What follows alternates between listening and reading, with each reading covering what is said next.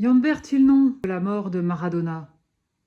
Ah, Maradona, Diego Maradona. Bah, c'est triste, parce que cet homme est mort assez jeune quand même, à 60 ans.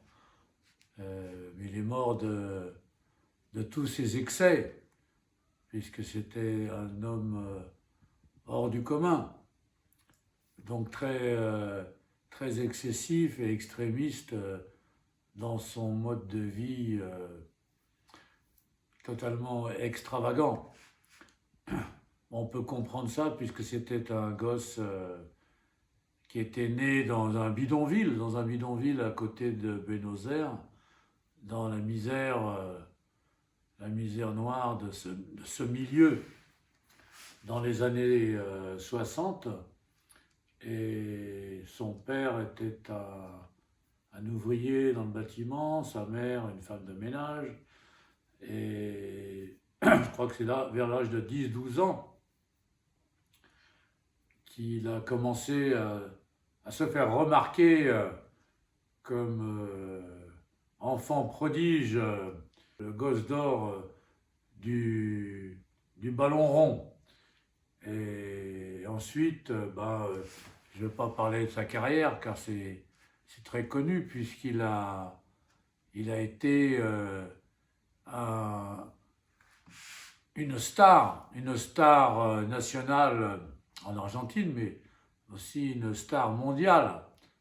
Il a porté tous les rêves, les espoirs des pauvres, non seulement de l'Argentine, mais de toute l'Amérique du Sud et de tous les quartiers pauvres de la planète, compte tenu de sa réussite sportive, mais surtout financière.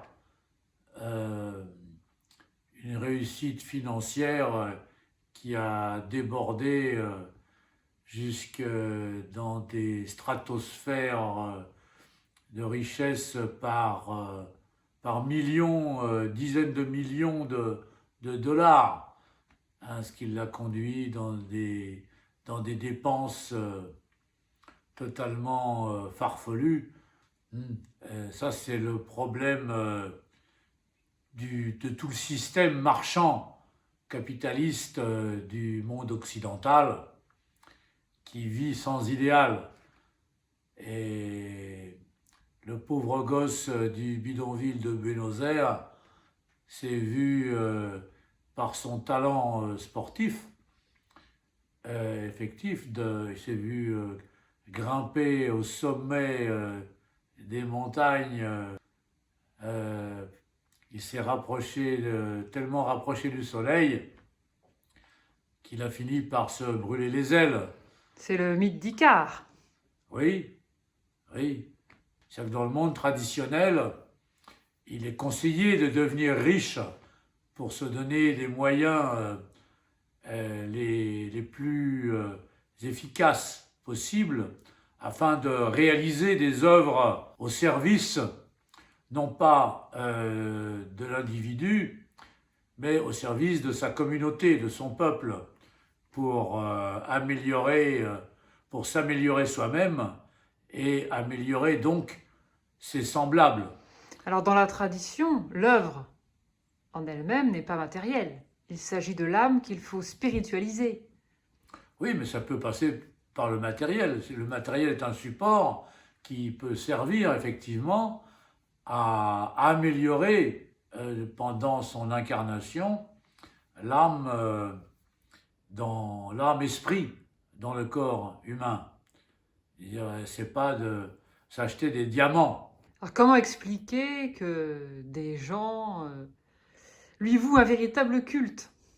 Et parce que les gens, les peuples de la planète sont tellement intoxiqués par les repères du, du monde marchand individualiste que tout individu ayant un parcours comme celui de Maradona devient un modèle, hein, un modèle divin. Il atteint le monde des archétypes par l'argent. Mais il y avait aussi son incroyable talent de footballeur. Oui, mais c'est ce qui est déplorable, c'est que un enfant prodige qui est devenu effectivement ensuite un adulte prodigieux, était devenu un pauvre malade de la drogue, cardiaque, obèse. Il était monté à 120 kilos. Alors ça fait le double du poids qu'il devait faire à l'époque de son apogée. Mais donc, Yann Ber, depuis quand vous intéressez-vous au football? Oh ben, moi, je me suis toujours plus ou moins intéressé au football pour avoir pratiqué moi-même quand j'étais gamin et adolescent. Hein. Mais ensuite, j'ai suivi l'évolution du sport en France et dans le monde d'assez loin, d'assez loin. Mais ce qui m'a surtout intéressé, c'est de voir comment ça coïncidait avec la décadence des cultures populaires et des civilisations en Europe. C'est-à-dire que le football n'est plus devenu un sport, mais il est devenu un business. Hein, et les stars du football sont souvent maintenant déchues comme les stars du showbiz, malheureusement.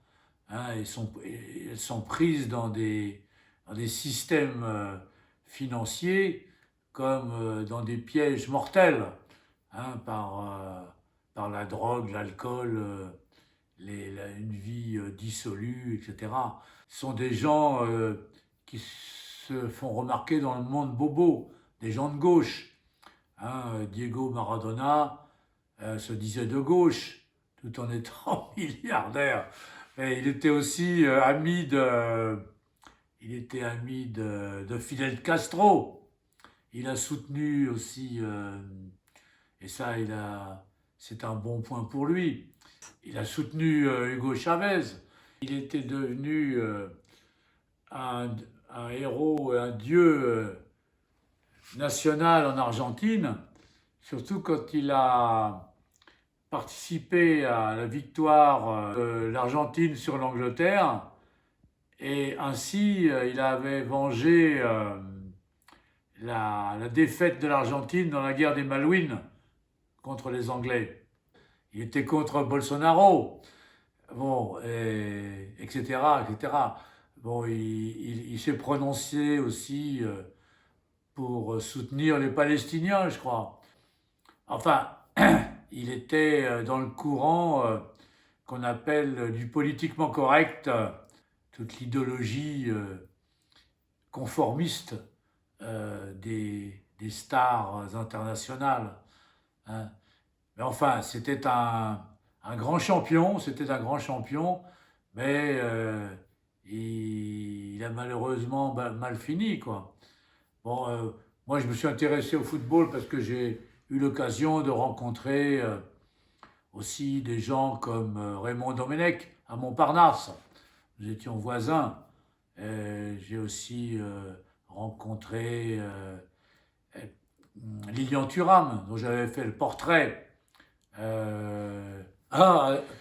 Christian Carambeu aussi, qui était venu à Kervreis pour nous dédicacer son livre sur la Nouvelle-Calédonie, parce qu'il nous savait favorable au fédéralisme, au réenracinement des peuples déracinés par la République jacobine centraliste, et donc il nous connaissait comme étant fédéraliste pour une république fédérale française, modèle pour l'Europe des États-régions du futur.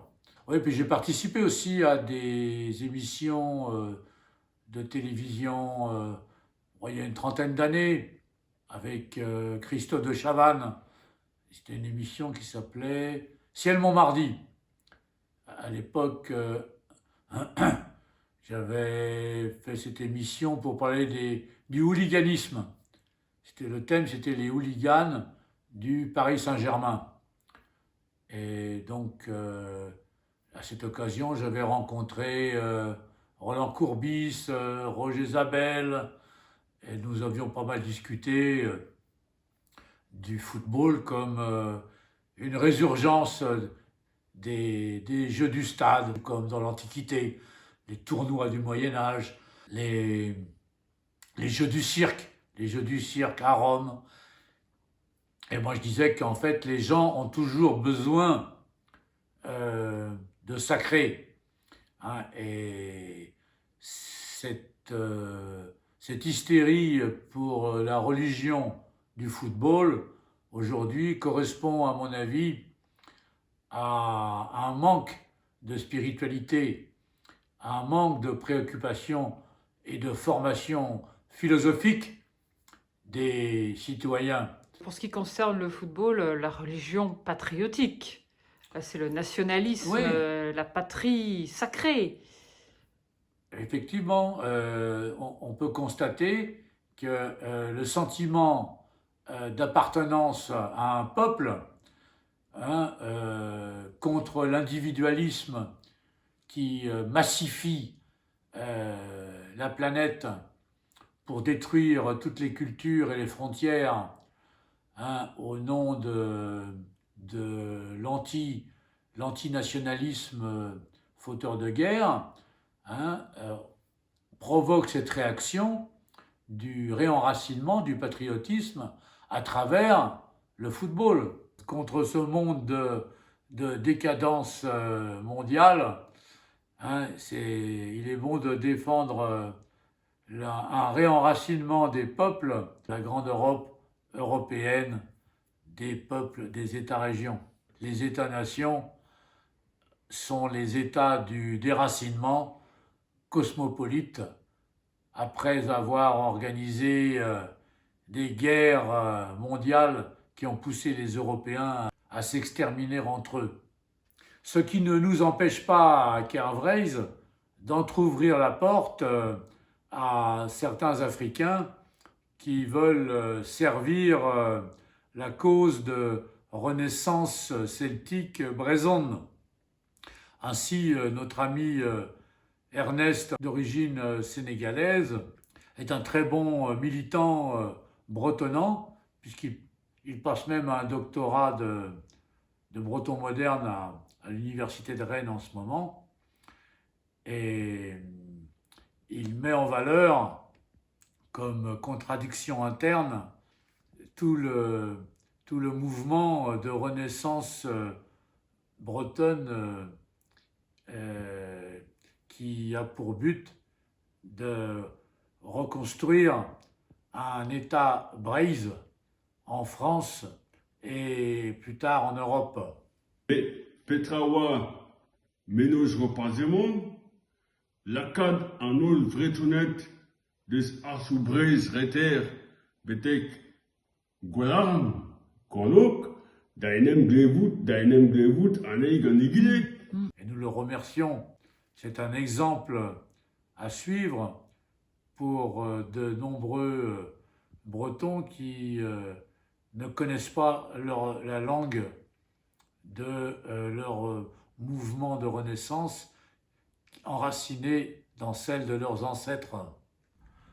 Oui, ce pauvre Diego Maradona a été une victime finalement, parce que de héros populaire, il est devenu une victime du système économique mondialiste qui fait de l'argent, du fric, le nouveau Dieu universel, et au nom d'une fraternité universelle qui est dévoyée, car il est bien évident qu'on peut parler effectivement de fraternité universelle spirituelle, philosophique, et non pas de fraternité universelle corporelle, charnelle, biologique. Il est évident que cet argument de vouloir faire un grand melting pot mondial dirigé par les banquiers pour faire de l'argent le nouveau Dieu. C'est un système qui rend l'humanité complètement folle. Hein, on le voit aujourd'hui avec ce qu'on appelle la pandémie de la Covid-19. Ce pauvre Maradona est une caricature comme victime de ce système de domination économique de la planète, puisque ce qui crée l'être humain, ce sont les peuples enracinés dans leur culture, donc dans des frontières, car il n'y a de participation de l'homme en tant qu'individu à l'humanité, dans une fraternité universelle, que par l'intermédiaire d'une culture. Les frontières, en fait, sont des médiations entre les peuples. Maradona n'est pas un cas à part, il fait partie de toute une situation mondialiste. Il aurait très bien pu, par sa richesse économique fantastique, travailler sur le plan philosophique, pratique, à l'amélioration des conditions de vie de sa communauté d'appartenance, comme doit le faire tout membre d'un peuple sur la planète, puisqu'il venait des bidonvilles de misère noire de la banlieue de Buenos Aires. Il est à remarquer d'ailleurs que le pape actuel, François, argentin comme Maradona, se fait le colporteur de la politique de l'économie cosmopolite mondialiste quand il fait semblant de confondre la fraternité spirituelle et la fraternité corporelle. Oui, c'est ce qu'on appelle la théologie du migrant. La théologie du migrant, oui, c'est une très bonne expression. L'avenir pour les Européens comme modèle pour l'humanité est très certainement le stoïcisme. C'est-à-dire qu'en une phrase ou deux, le stoïcisme, c'est une place pour chaque chose à sa place, une place pour chacun à sa place, chacun dans sa fonction, dans son métier. Il est bien évident que ce n'est que depuis que l'économie dirige les peuples en tête des États, que les États sont au service des marchands et non plus le contraire. Il est bien évident qu'il faut remplacer le pouvoir économique dans les États par le pouvoir politique au sens philosophique, comme le prédisait le grand Platon il y a 2400 ans. C'est pas nouveau, mais c'est une vérité qui revient dans l'actualité. Il faut que le pouvoir politique soit philosophique et non pas économique. C'est pour ça qu'à Carvreis, nous invitons les peuples à s'intéresser à la subsidiarité et donc au fédéralisme, c'est-à-dire le pouvoir des peuples enracinés de culture qui connaissent les limites de leur communauté et qui sont débarrassés de la dictature mondiale de l'individualisme, donc du libéralisme actuel. Nous défendons le communautarisme, c'est-à-dire des sociétés de communautés et non plus des sociétés atomisées d'individus indifférenciés. Voilà. Derrière moi, il y a le drapeau moderne breton à 5 bandes noires qui a été dessiné par Morvan Marshall en 1923, car Morvan Marshall était un fédéraliste il était plutôt tendance royaliste, monarchiste, donc il défendait une France fédérale. Hein. Nous sommes, nous, pour les contrastes, les différences, le droit à la différence et le droit des peuples, la liberté, le droit des peuples à disposer d'eux-mêmes. Les contrastes sont aussi ces tableaux derrière moi, avec ma première femme, qui était une bretonne celto-nordique du nord de Brest, et des amies africaines d'origine qui sont de bonnes françaises maintenant. C'est pour ça que je leur ai peint un foulard tricolore sur leur tête. Hein, car, je le répète, la fraternité universelle est une fraternité spirituelle et non pas corporelle. Si tous les hommes sont frères, c'est par l'esprit et non pas par le sang, forcément. Puisque je suis le président de l'association autonomiste fédéraliste bretonne Keervreis, créée par Yann Fouéré en 1936. J'avais fait une toile en 1975 qui représente la République française, mais je l'ai améliorée en République fédérale. République fédérale française, sur le modèle de la Suisse, ou de la Russie, ou de l'Allemagne, ou même des USA. Hein, j'ai rajouté le drapeau breton traditionnel, la croix noire, et le Gwenadu à 5 bandes noires. Hein. C'est, à mon avis, l'avenir de la France, d'une renaissance française, pouvant servir par la multiplicité de ses valeurs culturelles, linguistiques et économiques, politique, historique en général. La France peut servir de modèle à l'Europe et l'Europe à l'humanité.